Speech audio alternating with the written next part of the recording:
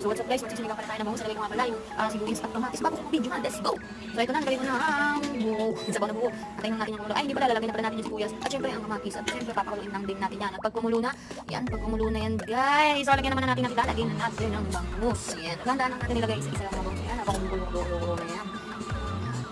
Isa lang, may mga bigat kasi isa lang natin nilagay. At after niya, pakuluin lang natin mga biyak. Ayun na, ilalagay na natin ang sinigang powder para mga sinigang natin. May so nakasawaan ng mekos yan. After that, syempre, itakpan na natin at lalagay na natin ang gulay. So mapapansin nyo at ang sili. Mapapansin nyo hindi kasi masyadong kumakain ng gulay, ang fish sauce at pepper. So optional lang yan, pepper yun. Hindi yun. Nandiscard sa buhay nyo, let's go. At ayun na ang ending, yun nasa likod sa mahilig sa gulay. Kaya, kain na lang!